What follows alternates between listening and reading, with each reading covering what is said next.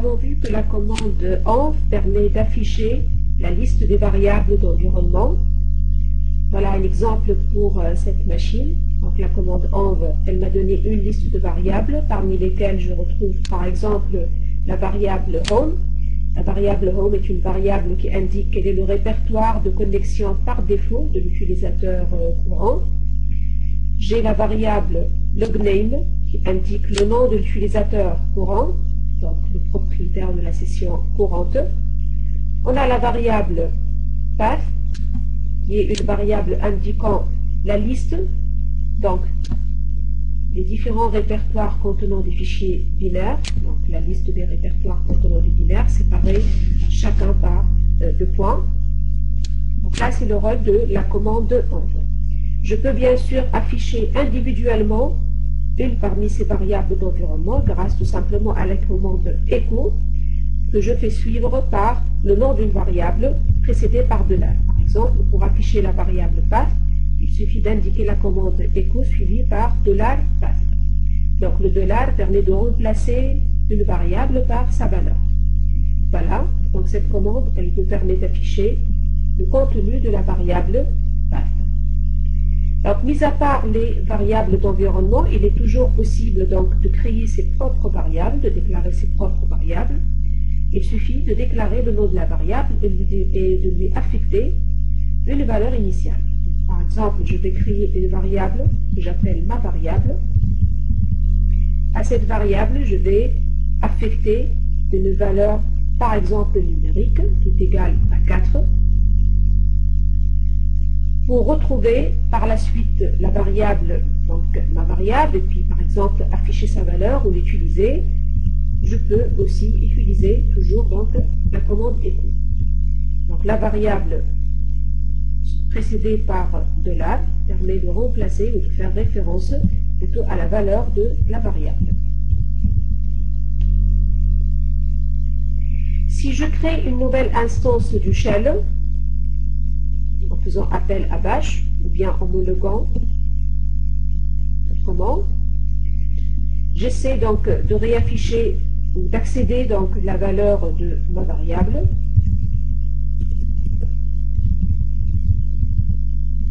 Donc on voit que la variable n'a pas de portée au fait dans le shell courant, ou bien dans le shell fils que je viens de créer. Donc la variable n'est plus utilisable, autrement dit, elle n'est pas accessible dans les instances donc, du shell. Par conséquent, si on veut qu'une variable soit visible dans toutes les instances du shell courant, il faut réaliser donc l'opération d'export.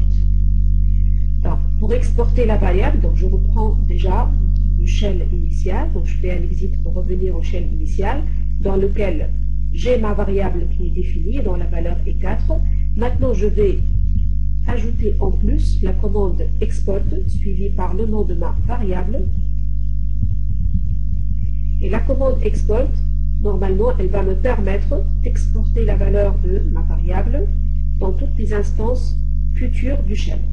Donc si je crée maintenant un shell fils, j'essaie à l'intérieur de ce shell fils, comme j'ai fait tout à l'heure, d'accéder à la variable.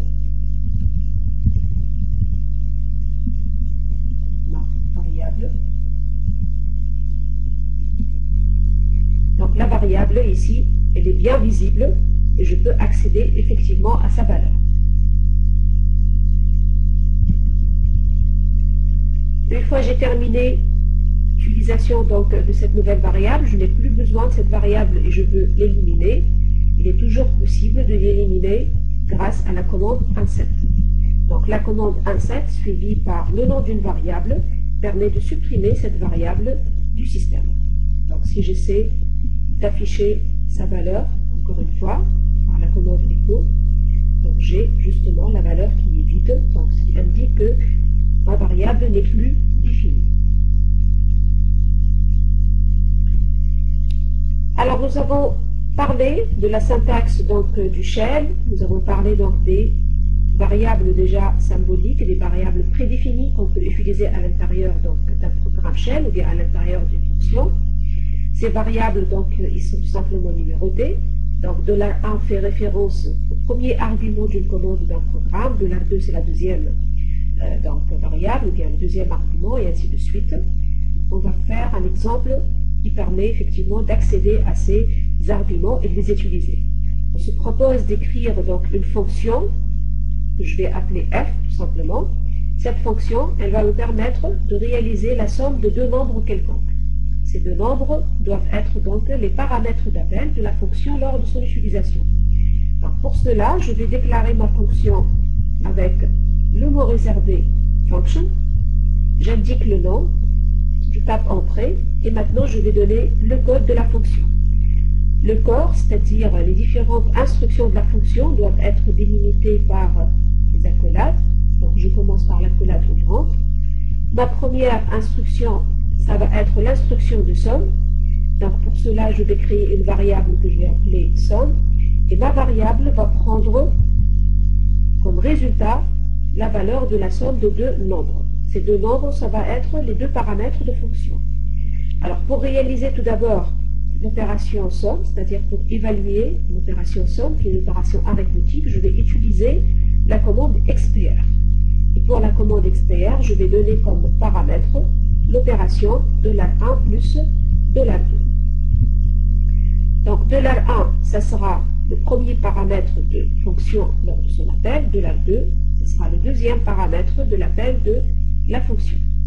Notez ici que j'ai entouré bien sûr l'expression expr de $1 plus $2 par les codes obliques pour permettre effectivement l'interprétation de cette commande et son remplacement par le résultat. Et ainsi, normalement, la variable somme, elle va prendre comme valeur le résultat de l'opération somme de $1 et $2. Je vais ajouter maintenant une instruction qui va me permettre d'afficher le résultat à chaque fois, c'est-à-dire d'afficher le résultat de la variable somme, donc écho de la somme. Voilà, il suffit maintenant d'arrêter donc la fonction, ou bien de finir le code de la fonction par l'accolade fermante. Donc là, c'est un programme qui fait appel à deux arguments. Donc normalement, lors maintenant de l'appel, ou bien de l'exécution de fonction, de ma fonction f, je dois l'appeler avec deux arguments, donc sur lequel la fonction elle va travailler, elle va s'appliquer en réalisant leur somme. Voilà, donc j'ai fini de déclarer le corps de la fonction f. Je vais maintenant l'utiliser. Pour l'utiliser, il suffit de l'appeler par son nom, suivi par ces deux paramètres. Donc par exemple, je veux faire la somme de la valeur 5 et 6. Donc j'appelle f, 5, 6. 5, ça sera automatiquement $1. 6, ça sera $2. Voilà. Donc la fonction, elle s'est bien appliquée. J'ai donc la commande écho de la somme, ou l'instruction écho de la somme qui s'est exécutée. Elle m'a affiché autrement dit le résultat de la somme de 5 et 6 qui est bel et bien 11.